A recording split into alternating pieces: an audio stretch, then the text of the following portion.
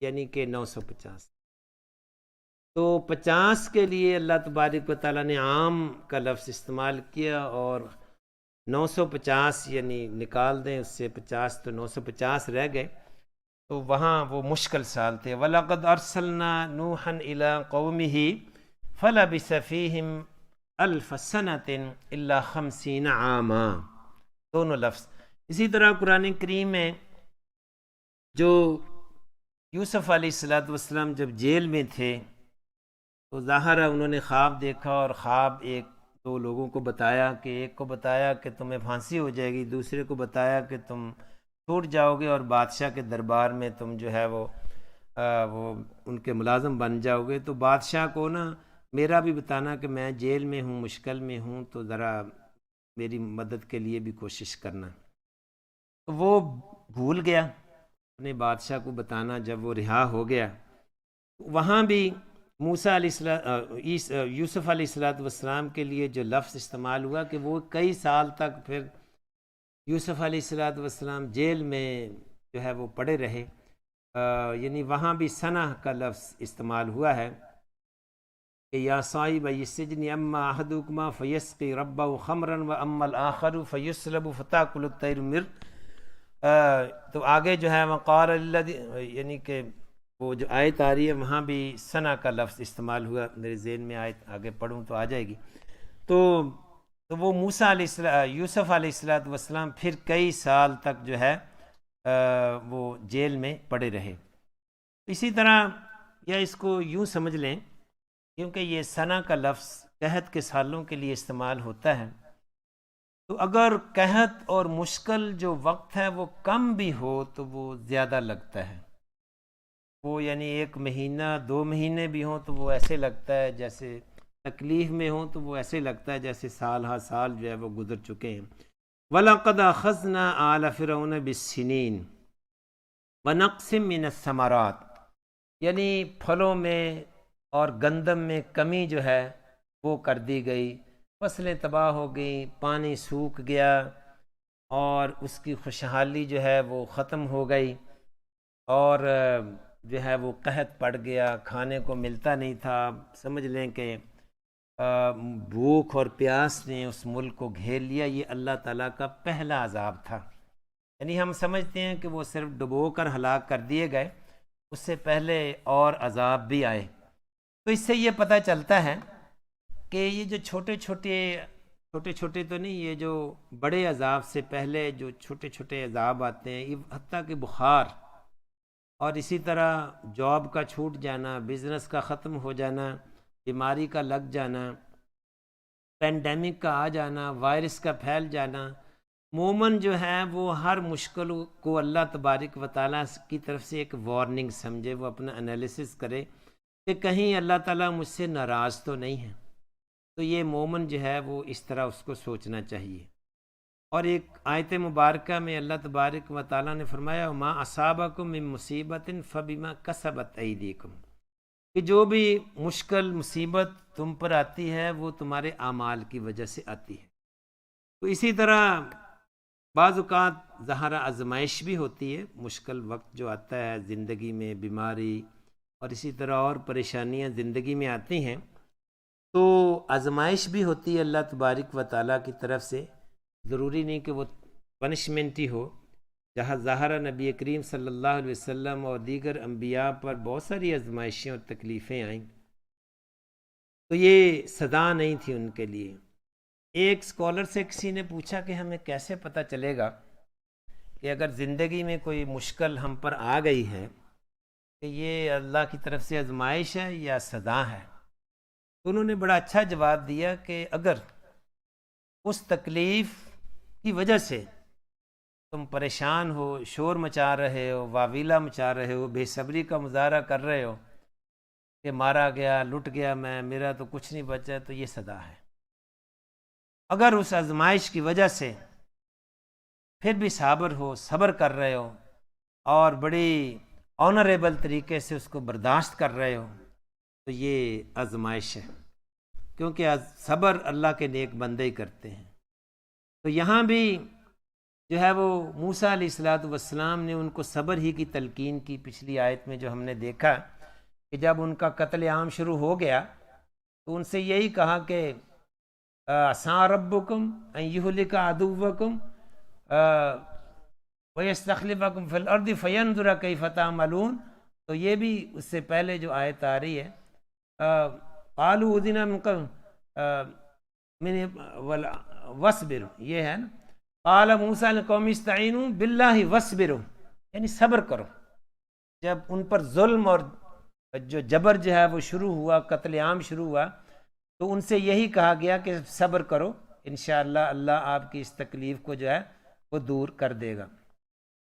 تو جب بھی کوئی تکلیف آزمائش آئے، جیسا کہ میں نے عرض کیا کہ ان آیات میں ہمارے لیے کاؤنسلنگ ہے۔ جب بھی کوئی تکلیف آزمائش کو مشکل وقت بحیثیت قوم آئے یا بحیثیت فرد آئے تو اس پر صبر کرنا جو ہے اللہ تعالیٰ پھر اس کا اجر دیتا ہے۔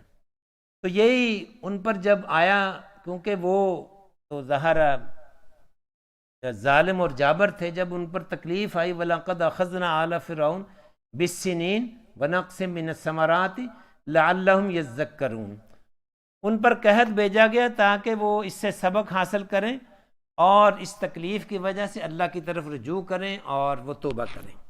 لیکن ہوا کیا؟ اگلی آیت میں بتایا گیا کہ وہ کیا، فَإِذَا جَاءَتْهُمُ الْحَسَنَةُ، یعنی کہ اس کے بعد کیا ہوا کہ وہ تکلیف دور ہوگی اور بہتری پیدا ہوگی، پھر خوشحالی آ گئی۔ فَإِذَا جَاءَتْهُمُ الْحَسَنَةُ قَالُوا لَنَا هَٰذِهِ، تو یعنی کہ انہوں نے کہا کہ جب وہ تکلیف دور ہو گئی، پھر قحط کچھ سالوں بعد دور ہو گیا، اللہ تعالیٰ نے جھنجھوڑنا تھا، تو اس کے بعد انہوں نے کہا کہ دیکھا نا وقت بدلتا رہتا ہے، وہ جی آزمائش آئی تھی اور وہ چلی گئی، یہ اپس اینڈ ڈاؤن تو لائف میں آتے ہی ہیں نا جی۔ تو یہ بات اصل میں وہ کر رہے ہیں، فَإِذَا جَاءَتْ قَالُوا لَنَا هَٰذِهِ، یعنی ہم اس کے مستحق ہیں، یعنی پہلے آزمائش آئی تھی، تکلیف آئی تھی، اور اس کے بعد حالات اب اکانومی جو ہے وہ پھر پیروں پہ کھڑی ہو گئی ہے، یعنی کوئی بات نہیں، یہ تو اوپر نیچے ہوتا رہتا ہے، یعنی انہوں نے سبق نہیں سیکھا۔ قَالُوا لَنَا هَٰذِهِ، قَالُوا لَنَا هَٰذِهِ کا مطلب یہ ہے کہ کوئی بات نہیں، یہ تو ہم اس کے مستحق ہیں۔ وَإِن تُصِبْهُمْ سَيِّئَةٌ يَطَّيَّرُوا بِمُوسَىٰ وَمَن مَّعَهُ أَلَا إِنَّمَا طَائِرُهُمْ عِندَ اللَّهِ وَلَٰكِنَّ أَكْثَرَهُمْ لَا يَعْلَمُونَ۔ اور جب ان پر کوئی تکلیف آتی تو کیا کہتے ہیں، یطیروا بموسیٰ ومن معہ، تو کہتے ہیں کہ یہ موسیٰ علیہ الصلوۃ والسلام کا قصور ہے، یہ اس کی جس کو کہتے ہیں نا وہ اس کی یعنی یعنی کہ جو فعال نہیں نکالتے، جیسے یعنی منحوس کسی کو کہنا کہ جب سے، جیسے فیملی میں بعض اوقات ہوتا ہے، جب سے یہ ہماری، ویسے مثال دے رہا ہوں، جب سے یہ بندہ ہماری فیملی میں آیا ہے تب سے جو ہے وہ نحوست ہماری فیملی میں ہے، یہ ایسی بات کرنی نہیں چاہیے۔ تو یہی وہ بات کر رہے تھے کہ جب سے موسیٰ علیہ الصلوۃ والسلام آئے ہیں تب سے ایجپٹ پر مشکلات جو ہیں وہ جو ہے نا وہ آ رہی ہیں۔ تو یہ منحوس ہے، یعنی یہ وہ کہہ رہے تھے کہ وَإِن تُصِبْهُمْ سَيِّئَةٌ يَطَّيَّرُوا بِمُوسَىٰ وَمَن مَّعَهُ، یعنی موسیٰ اور اس کے فالوورز کی وجہ سے یہ سارے جو ہیں وہ نحوست ہمارے ملک میں آئی ہوئی ہے۔ تو اس قسم کا تذکرہ بھی وہی لوگ کرتے ہیں جن کے ایمان میں کمزوری ہوتی ہے۔ تو نہ تو ہمیں اپنی زندگی میں ایسا کہنا چاہیے کہ فلاں شخص کی وجہ سے ہمارے کاروبار میں یا اس کے پاؤں جو ہے ہمارے دکان پہ جب سے پڑے ہیں تب سے جو ہے وہ سیل جو ہے وہ کم ہو گئی ہے، کوئی نحوست نہیں ہوتی۔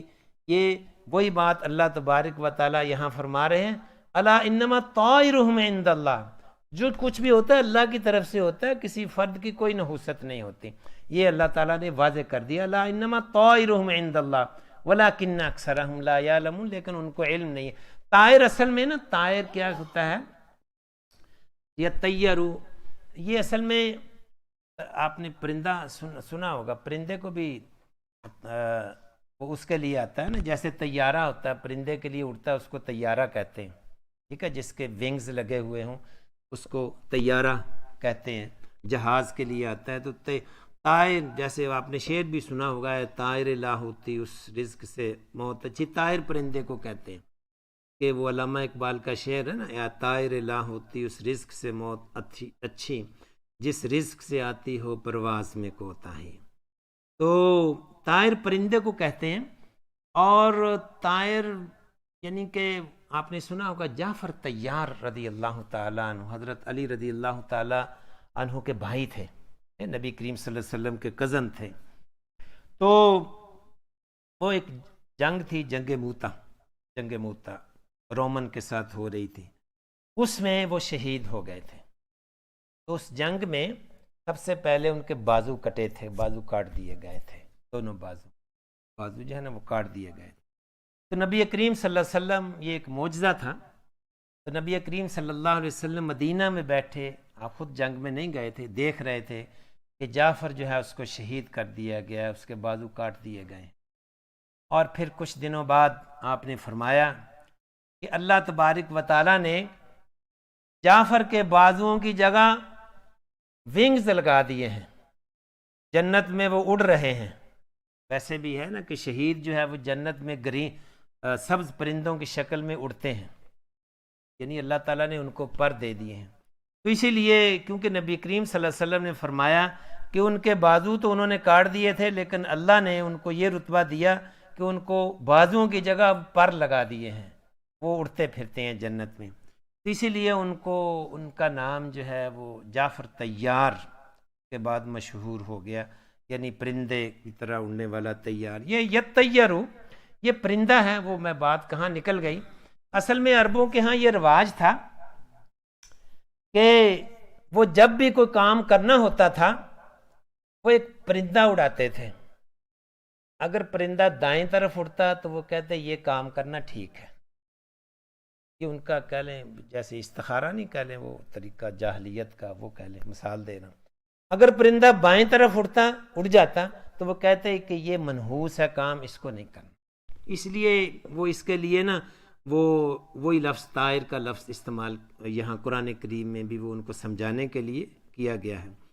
تو یہ یعنی کہ یہ جس کو اومنز کہتے ہیں، اس کو انگلش میں بیڈ اومنز کرنا، یا یعنی کسی قسم کی نحوست کی پیشگوئی کرنا. تو بعض اوقات ہوتا ہے نا، ہمارے کلچر میں ہوتا ہے، اگر کالی بلی نظر آ جائے تو وہ کہتے ہیں کہ آج کا دن اچھا نہیں گزرے گا. ہے ایسے. اسی طرح کوئی اور گلاس ٹوٹ جائے. بعض اوقات کئی شادیوں میں وہ پرانا رواج ہوتے ہیں، کئی شادیوں میں نا گلاس کو توڑتے ہیں کہ جو بھی اس شادی شدہ لائف میں جو بھی مشکلیں آئیں گی وہ ان کا خاتمہ ہو گیا ہے. یعنی یہ ساری بنائی ہوئی چیزیں ہیں، یہ ساری فعال نکالنا اور اپنے بنائے ہوئے یہ کفریہ چیزیں ہیں. یعنی کبھی یہ نہیں سوچنا چاہیے کہ آج کا دن اچھا نہیں گزرے گا کیونکہ یعنی کوئی چیز جو ہے وہ یعنی بلیک کیٹ نظر آ گئی ہے. تو یہ ممنوع ہے یہ ساری چیزیں. ہاں اچھی پیش گوئی کرنا اس کی اجازت ہے. مثلا بادل نظر آ رہے ہیں تو آپ کہہ دیں کہ آج انشاءاللہ بارش ہوگی، اگر بارش نہ ہوئی ہو. اچھی پیش گوئی کرنا جو ہے وہ اگر کسی کمپنی سے آپ کو کال آ رہی ہے تو آپ کہیں لیے مجھے انہوں نے اچھی جاب آفر کر دی ہے، یعنی ایسی اچھی پیش گوئی کرنا اس کی اجازت ہے. بری پیش گوئی کرنا اس کی اجازت نہیں ہے. جیسے یہاں موسیٰ علیہ الصلوۃ والسلام نے یہ پیش گوئی کی نا پچھلی آیت میں، ممکن ہے انشاءاللہ اللہ تعالیٰ فرعون کو تباہ کر دے گا اور تمہیں جو ہے وہ حکومت دے دے گا. یہ اچھی پیش گوئی تھی. تو اچھی پیش گوئی کرنا اس کی اجازت ہے. نبی کریم صلی اللہ علیہ وسلم نے بھی بہت سے موقعوں پر ایسی پیش گوئی کی ہے کہ روم اور ایران ایک دن سب اسلام کے انڈر آ جائیں گے، ایسی پیش گوئیوں کی. تو وہ پیش گوئی، یہ بری پیش گوئی، بری نحوست والی کرنا اس کی اجازت نہیں. یہی وہ کہہ رہے تھے. تو یہاں اللہ تبارک و تعالیٰ انہیں کہہ رہے ہیں کہ یہ سب کچھ اللہ کی طرف سے ہے. الا انما طائرهم عند اللہ. ہمارے لیے بھی یہ سبق ہے کہ ہم زندگی میں ایسی نیگیٹو جو ہے سوچ اس کو جو ہے وہ اس کی اجازت نہیں ہے، نہ کریں. اب وہ کہہ رہے ہیں وقالوا مهما تأتنا به من آیۃ لتسحرنا بها فما نحن لك بمؤمنین. اے موسیٰ جو بھی تم نشانیاں لے آؤ ہم ماننے والے نہیں ہیں، تم پر ایمان لانے والے نہیں. یعنی ہٹ درمی جو ہے وہ شو کر رہے ہیں. اور پھر اللہ نے ایک اور عذاب بھیجا، جیسا کہ میں نے عرض کیا نا کہ اب بتدریج ان پر عذاب آ رہے ہیں. قحط کا عذاب گزر گیا، جب وہ گزر گیا تو پھر وہ ٹھیک ہو گئے. تو ہمیں بھی جیسے پینڈیمک آیا تھا، وائرس پھیل گیا، کاروباری زندگی جو ہے وہ مفلوج ہو گیا، ایک مومن جو ہے وہ اس کا انالیسس کرتا ہے کہ اللہ تعالیٰ ناراض تو نہیں ہے. اور آپ نے یہ بھی دیکھا ہوگا کہ یہ جو وائرس کا جو ایفیکٹ ہے وہ ان قوموں پر زیادہ ہوا ہے جن کی ٹیکنالوجی ٹاپ پہ تھی، سب سے زیادہ وہ ہٹ ہوئے. جتنے غریب اور کمزور ملک تھے ان کا نقصان ریلیٹیولی کم ہوا ہے.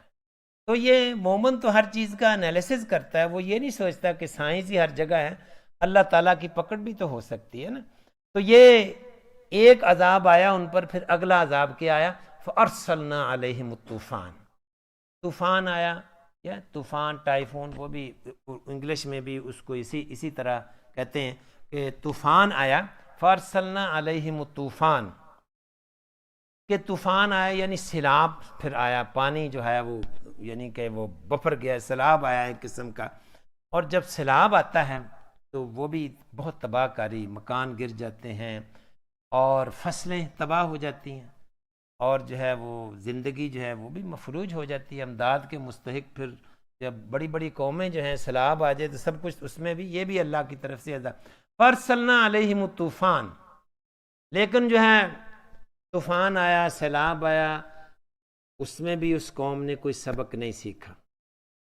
یہ اللہ کی طرف سے پکڑ تھی ایک. جب بھی کوئی مصیبت آتی تھی، جب بھی کوئی عذاب آتا تھا تو وہ موسیٰ علیہ السلام کے پاس جاتے تھے. اگلی آیت میں آئے گا کہ موسیٰ تم نیک بندے ہو تو دعا کرو، یعنی اس وقت وہ یاد آ جاتا تھا کہ یہ بندہ نیک ہے، یہ ایماندار ہے. لیکن جب عذاب ٹل جاتا تھا پھر پرانی روش وہی، وہ کہتے ہیں پھر یہ تو جی اپس اینڈ ڈاؤن تھا، یہ تو ہوتا ہی رہتا ہے.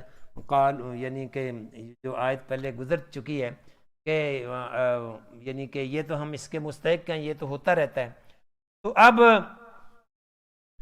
طوفان آیا، وہ بھی گزر گیا. سیلاب آیا، اس نے تباہ کاریاں چھوڑ دیں، پھر آہستہ آہستہ اپنے پیروں پر کھڑے ہو گئے. یہ اب اگرچہ ایک ہی آیت میں یہ سارے عذاب گنوا دیے ہیں اللہ تعالیٰ نے، لیکن ان دونوں کے درمیان فاصلہ ہے. اگلی آیت میں یہ ظاہر ہوتا ہے کہ وہ ایک ہی دفعہ نہیں آئے، یعنی کہ اللہ تعالیٰ نے ان کو تھوڑی تھوڑی دیر بعد وارننگ دی. فَأَرْسَلْنَا عَلَيْهِمُ الطُّوفَانَ وَالْجَرَادَ. جراد کہتے ہیں جو فصلوں میں کیڑی سی پڑ جاتی، سسری اس کو کہتے ہیں، چھوٹے چھوٹے کیڑے پڑ جاتے ہیں، یعنی فصلیں تباہ ہو گئیں اور قحط پڑ گیا. اور اس کے بعد جو ہے کچھ عرصے بعد پھر یہ عذاب آیا کہ جتنی بھی فصلیں اور اناج تھے اس میں وہ کیڑا پڑ گیا. تو ظاہرہ اس کو بھی استعمال کرنا ان کے لیے، یعنی بہت زیادہ بڑی تعداد میں جو ہے ان کی فصلوں میں گندم کے اندر جو ہے وہ سسری پڑ گئی، چھوٹی چھوٹی جو چیونٹیاں ہوتی ہیں. تو وہ پھر جو ہے وہ کام ان کا جو ہے نا وہ کاروبار زندگی پھر جو ہے وہ متاثر ہوا. فَأَرْسَلْنَا عَلَيْهِمُ الطُّوفَانَ وَالْجَرَادَ وَالْقُمَّلَ. اچھا قمل کہتے ہیں وہ یہ جو جوں اس کو کہتے ہیں، لائس انگلش میں کہتے ہیں، جو جوئیں پڑ جاتی ہیں سر میں، وہ بھی چھوٹی چھوٹی چیزیں ہوتی ہیں. اور یہ جوئیں صرف ان کے سر میں نہیں پڑی تھیں، یعنی یہ اگلا عذاب آیا. جوئیں ان کے سر میں نہیں، یہ ویسے ہی یعنی آج کل جیسے وائرس آ جاتا ہے، تو یہ اس دور کی یہ عذاب تھے، اللہ کی پکڑ تھی. جوئیں پڑ گئیں. جوئیں کیا تھیں کہ جوئیں صرف سر میں نہیں تھیں، کپڑوں میں تھیں، بغلوں میں تھیں، بستروں کے اوپر تھیں. اور جو یعنی یہ جو اولڈ ٹیسٹیمنٹ میں جو اس کی زیادہ تفصیل آتی ہے، ہماری تفسیروں میں جو بات لکھی ان کے ریفرنس سے، یعنی یہ ان کے کھانوں میں بھی تھیں. یعنی کوئی کھانا کھانے لگے ہیں، پلیٹ جو ہے وہ چھوٹی چھوٹی جو لائس ہوتی ہیں جوئیں ان سے بھر گئی ہے، تو وہ کھانا مشکل ہو جاتا تھا. یعنی زندگی عذاب بن گئی تھی. نہ کچھ تصور کریں آپ پانی کا گلاس پینے لگے ہیں، وہ دیکھیں کہ اس میں تو چھوٹا سا ایک جانور ہو، مکھی ہو، تو وہ پینا مشکل ہو جاتا ہے. تصور کریں کہ اس کے اندر سارا بھرا ہوا ہے، دریا کے اندر پانی نکل رہا ہے باہر سے، پینے کے لیے بھر رہے ہیں، وہ ہر جگہ وہ چھوٹے چھوٹے جانور ہیں. تو یہ بھی اللہ کی طرف سے بہت عذاب آیا. اور پھر جو ہے وہ موسیٰ کے پاس گئے ہوں گے، اور پھر موسیٰ نے دعا کی اور وہ عذاب ٹل گیا، اور ہر دفعہ وعدہ کیا کہ اب ہم ٹھیک ہو جائیں گے. لیکن جب عذاب ٹل جاتا اور کچھ سالوں کے لیے پھر خوشحالی آ جاتی تو پھر وہی پرانی روش. والجراد والقمل والضفادع. ضفادع یعنی مینڈکوں کو کہتے ہیں، چھوٹے مینڈک. چھوٹے چھوٹے مینڈک پھر ان کی زندگی میں آ گئے، جس فراگ کہتے ہیں جس کو، تو وہ بھی اگین وہی پانی پینے لگے، اس میں مینڈک، ہانڈی جو ہے وہ پکانے لگے، ہانڈی کے اندر مینڈک، بسترے میں سونے لگے تو بسترا مینڈکوں سے بھرا ہوا ہے، چھوٹے چھوٹے مینڈک، منہ کھولتے ہیں، کھانسی کرتے ہیں تو منہ میں وہ جمپ کر کے چھوٹا سا مینڈک چلا گیا. یعنی یہ ایک عذاب تھا ان کے لیے. جہاں بھی جائیں، پانی، فصلوں کے اندر، کھانے کے اندر، گندم میں، بستروں میں، کپڑوں میں، بغلوں میں، جہاں جائیں مینڈک جو ہے وہ بنڈنس تعداد میں. یہ اللہ کا عذاب. یعنی اللہ تعالیٰ کوئی بھی عذاب جو ہے وہ دے. زندگی مفلوج ہو گئی، زندگی رک گئی.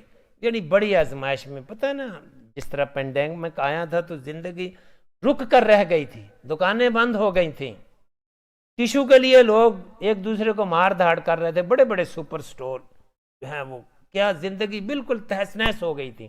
اور آپ کو یاد ہوگا کہ ایک دفعہ، یعنی کہ شاید یہ 2000 یعنی 6 کی بات ہوگی، 2006 اور 7 کی بات ہوگی، کہ انگلینڈ میں ہمارے ادھر بہت بڑی وہ کہہ لیں سنو پڑی تھی. یہ دسمبر جنوری کے دنوں میں، یعنی کہ 2006 تھا میرا خیال، یہ 7 تھا. بہت زیادہ سنو پڑی تھی، اور سنو سڑکوں کے اندر پڑی ہوئی تھی. اتنی زیادہ سنو پڑی تھی، جو لوگ یعنی کہ ذرا جن کو یاد ہوگا، مجھے یاد ہے کہ کونسل کے پاس اتنا نمک نہیں تھا کہ وہ استعمال کر کے اس سنو کو ختم کر. اب آج تو ہوتا ہے نا، یہ رات کو بچھا دیتے ہیں اور صبح سنو پڑے بھی تو وہ پگھل جاتی ہے اور سڑکیں کلیئر ہوتی ہیں، مین روڈ کلیئر ہوتے ہیں نا، مین روڈ کلیئر ہو جاتے ہیں. جب ان کو فور کاسٹ ہوتی ہے ان کہ کل سنو پڑے گی، رات کو ہی وہ ٹرک آتا ہے کونسل کا اور وہ جو ہے وہ نمک جو ہے وہ پھینکتا جاتا ہے، اور اس کے اوپر سنو پڑتی بھی ہے، اور پڑنے کے ساتھ ہی وہ میلٹ ہو جاتی ہے، اور صبح آپ کو روڈ، مین روڈ جو ہے وہ آپ کو کلیئر ملیں گے. چھوٹی چھوٹی گلیوں میں سنو پڑی رہتی ہے وہاں جو ہے پھر. لیکن اتنی سنو پڑی تھی کہ کسی نے ایکسپیکٹ ہی نہیں کیا تھا کہ یہ ہوگا، اور نمک ختم ہو گیا. اور وہ سنو، جن لوگوں کو یاد ہوگا وہ اس کو، مجھے یاد ہے کہ 2 ہفتے تک سڑکیں بلاک تھیں اور ڈیلیوریاں بند ہو گئی تھیں. ٹیسکو، یہ انہوں نے چھٹی کر لی تھی، ٹیسکو یہ ٹریفڈ سینٹر 2-3 دن بند رہا تھا. یعنی ڈیلیوری کوئی نہیں آ رہی تھی اور دودھ نہیں مل رہا تھا. یعنی بڑے بڑے سٹوروں پہ ڈیلیوری آئی، ٹرک، سب ہر چیز بند ہو گئی تھی. یعنی کہ اس سنو کو ختم کرنے کے لیے جب اللہ کی طرف سے کوئی چیز آتی ہے اس کا مقابلہ انسان نہیں کر سکتے. 2 ہفتے کے بعد کیا ہوا؟ موسلا دھار بارش ہوئی، ساری رات بارش ہوتی رہی. صبح اٹھے تو ساری برف پگھل چکی، سڑکیں کلیئر ہو گئی. تو یہ اللہ کی طرف سے، یہ اللہ تعالیٰ انسانوں کے لیے وارننگ دیتے رہتے ہیں. تو پھر جراد، کمل، دفادی، اور پھر کیا ہوا؟ ودمہ، یہ بھی ایک عذاب آیا، خون. اب پانی دیکھو پینے کا، اس میں خون ملا ہوا ہے، جسم کے اندر خون ہے، منہ سے خون نکل رہا ہے، ناک سے خون بہہ رہا ہے. اب نکسیر پھوٹ جائے تو کتنی وہ تنگی ہوتی ہے، ٹشو رکھ لیتے ہیں. اور کھانا پکاتے ہیں تو کھانے کے اندر خون ہے، کباب بنے ہوئے ہیں لیکن اس کے اندر خون ہے، وہ کھانے کو دل تو نہیں کرے گا. اور یعنی ہر جگہ خون ہی خون ہے. ودم ولکم آیات مفصلات، یعنی ساری ان چیزوں کا ذکر کر کے اللہ تبارک و تعالیٰ نے یہ فرمایا آیات مفصلات، یہ تفصیل کے ساتھ ہم نے یہ ساری چیزیں ان کی طرف بھیجی وارننگ کے طور پر. مفصلات، تفصیل کا لفظ آپ نے سنا ہوگا. یعنی یہ نہیں کہ تھوڑی دیر ہوا، یعنی پورا 1 سال رہا ہوگا، 2 سال، 3 سال پورا اس عذاب سے گزرے ہوں گے، پوری تفصیل کے ساتھ، پوری کھلے عام ان کو یہ سمجھنے کا پورا لیکن پھر بھی جب وہ عذاب ٹل جاتا تھا ایک کے بعد دوسرا، وہ پھر پرانی روش کی طرف پھر واپس آ جاتے تھے، پھر موسیٰ کو بھول جاتے تھے. ٹھیک ہے. اور آیات مفصلات کا ایک اور بھی مطلب ہے کہ ہم اردو میں لفظ استعمال کرتے ہیں فاصلہ. یعنی یہ جتنے بھی عذاب آئے ان کے درمیان فاصلہ بھی تھا. یعنی 3-4 سال یہ عذاب رہا، پھر 3-4 سال صحیح گزر گئے ہوں گے اندازاً، پھر یہ عذاب آیا، پھر 3-4 سال ہی گزرے اور ان کو موقع دیا کہ اب بھی ٹھیک رہنا، اب گڑبڑ نہ کرنا، لیکن ایسے تو یہ اللہ تبارک و تعالیٰ نے اس طرح کر کے یہ سارے عذاب فاستکبروا وکانوا قوم مجرمین، یعنی آپ کہہ لیں کہ بار بار وارننگ کے باوجود وہ نہیں سمجھے، تو پھر جو ہے وہ قوم مجرمین یعنی کہ وہ پورے متکبر تھے۔ اور پھر کیا ہوا، بڑا عذاب آیا پینڈیمک کی طرف، وَلَمَّا وَقَعَ عَلَيْهِمُ الرِّجْزُ، رجز جو ہوتا ہے یہ بڑے عذاب کو کہتے ہیں، ویسے تو رجز پوئٹری کو کہتے ہیں جو جنگ میں پڑھی جاتی ہے، رجزیہ اشعار جو اس کو کہتے ہیں، لیکن ایسی بیماری کو بھی کہتے ہیں جو انسان کی زندگی کو مفلوج کر دے۔ وَلَمَّا وَقَعَ عَلَيْهِمُ الرِّجْزُ، پھر یہ عذاب آیا ان پر، ساری قوم پر، یہ بہت بڑا عذاب تھا۔ اس کو کہہ لیں پلیگ، اس کا ترجمہ جو طاعون تفاسیر میں جو اس کا ترجمہ ملتا ہے وہ اس طرح، جو بیماری ایک دوسرے سے نہیں لگتی، جیسے یہ پینڈیمک تھا، وائرس تھا، کرونا وائرس، جو بیماریاں ایک دوسرے سے لگتی ہیں تو اس کے لیے یہ رجس کا لفظ استعمال ہوتا ہے۔ یہ طاعون بھی ہو سکتا ہے کہ اور وائرس بھی ہو سکتا ہے۔ وَلَمَّا وَقَعَ عَلَيْهِمُ الرِّجْزُ، پھر آخر کار ان پر یہ آیا، پھر گئے قالوا یا موسیٰ ادع لنا ربک بما عہد عندک، پھر موسیٰ کے پاس گئے کہ موسیٰ اپنے رب سے دعا کرو کہ جو اس نے تجھ سے وعدہ کیا ہے، تو وہ یعنی کہ وعدہ یعنی اس تیری دعا کو قبول، تم کہتے کہ تم پیغمبر ہو تو اب اس کے ساتھ جو ہے وہ ہمارے لیے دو۔ قالوا یا موسیٰ ادع لنا ربک بما عہد عندک لئن کشفت عنا الرجز لنؤمنن لک ولنرسلن معک بنی اسرائیل، اگر یہ بیماری دور ہو گئی تو پھر جو ہے وہ ہم جو ہے وہ ایمان لے آئیں گے اور جو بنی اسرائیل کو تمہارے ہاتھ ساتھ بھیج دیں گے۔ تو یہ بھی یعنی کیونکہ غلام بنایا ہوا تھا نا بنی اسرائیل کو، وہ بار بار وعدہ کرتے تھے۔ اب اگلی آیت میں ہم اس کو انشاءاللہ ختم کر دیں گے، ٹائم کافی ہو گیا، تو وہ یعنی کہ اگلی اس میں آپ کو بھیج دیں گے، یعنی اس کو غلام بنایا ہوا تھا نا قوم کو۔ ہم بھی غلام ہیں، ہم ذہنی طور پر بڑی طاقتوں کے غلام ہیں۔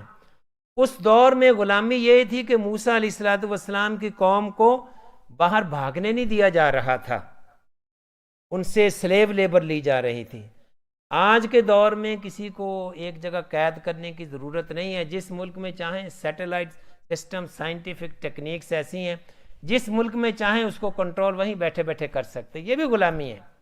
تو اللہ تبارک و تعالیٰ نے ان تمام فرعونک قوتوں کے لیے، جیسا کہ جب جاپان کے اوپر بم پھینکا تھا امریکہ نے ورلڈ وار 2 میں، تو جتنے بھی جاپانی تھے امریکہ کے اندر، ان سب کو ایک کیمپ کے اندر بند کر دیا تھا تاکہ یہ ریئیکٹ کر کے ہمیں نقصان نہ پہنچائیں، ان کو قید کر دیا تھا۔ آج کل قید کرنے کی ضرورت ہی نہیں ہے، آج کل اپنے گھر کے اندر ہی آپ قید ہیں، آپ انڈر سرویلنس ہیں، آپ کا موبائل سسٹم ایسے ہیں کہ جہاں سے چاہیں آپ کی رپورٹ ساری ملتی رہتی ہے، آپ قیدی ہیں۔ تو یہ یعنی کہ غلامی کی زندگی ہے، اور اس کے نجات کے لیے وہی موسیٰ علیہ السلام کا پیٹرنر کہ اللہ سے دعا کریں، مغفرت طلب کریں، صبر کریں۔ اللہ تعالیٰ وَتِلْكَ الْأَيَّامُ نُدَاوِلُهَا بَيْنَ النَّاسِ، اگر فرعون تباہ ہو سکتا ہے تو یہ دنیا، جیسا کہ میں نے عرض کیا کہ یہ سپر پاورز کا قبرستان ہے، لوگ آتے ہیں، قوتیں آتی ہیں چلی جاتی ہیں۔ تو اسی طرح یہ لَإِن كَشَفْتَ عَنَّا الرِّجْزَ لَنُؤْمِنَنَّ، تو مَعَكَ بنی اسرائیل، یعنی بنی اسرائیل کو ہم آزاد کر دیں گے، تو یہ غلام بنایا ہوا تھا۔ تو لیکن فَلَمَّا كَشَفْنَا عَنْهُمُ الرِّجْزَ إِلَىٰ أَجَلٍ هُمْ بَالِغُوهُ إِذَا هُمْ يَنْكُثُونَ، یعنی دور کر دیتا تھا اللہ تعالیٰ، اور لیکن وہ بار بار جو ہے وہ پھر اپنے وعدے سے پھر جاتے تھے۔ اور یہ آخری آیت ہم پڑھتے ہیں، فَانْتَقَمْنَا مِنْهُمْ، پھر ہم نے انتقام لیا، فَأَغْرَقْنَاهُمْ فِي الْيَمِّ، پانی میں ان کو ڈبو دیا، ایسا پانی جو اس کی تفصیل میں آتا ہے کہ جو یعنی کہ جو سلوپ کی طرف نیچے تیزی سے بہتا ہے، اس میں فَأَغْرَقْنَاهُمْ فِي الْيَمِّ بِأَنَّهُمْ كَذَّبُوا بِآيَاتِنَا وَكَانُوا عَنْهَا غَافِلِينَ، یعنی پھر یہ آخری عذاب جو ہے ان کو دے دیا گیا، اور پوری کی پوری قوم، جیسا کہ آپ کے علم میں ہے کہ موسیٰ علیہ السلام اپنی قوم کو لے کر نکلے، اور اللہ تبارک و تعالیٰ نے ان کے لیے سمندر میں راستہ بنا دیا، اور اور جب وہ نکل گئے تو فرعون اور اس کی قوم جب اس کے اندر داخل ہوئی تو وہ پانی جو ہے وہ مل گیا، اور اس طرح وہ قوم آخر کار بڑے عذاب کی وجہ سے مٹا دی گئی. ان کی ٹیکنالوجی، ان کے ورکر، سائنسدان جو بھی تھے سب ختم، اور پیچھے جو ہے وہ بس کھنڈرات رہ گئے ہیں جن کو آج بھی لوگ جا کر وزٹ کرتے ہیں. اقول قولی ھذا واستغفروا انہ هو الغفور الرحیم. کوئی سوال؟ الحمدللہ.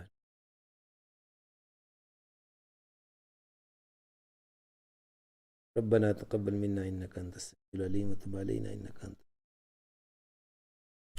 میں معذرت خواہ ہوں، لمبا ہو گیا.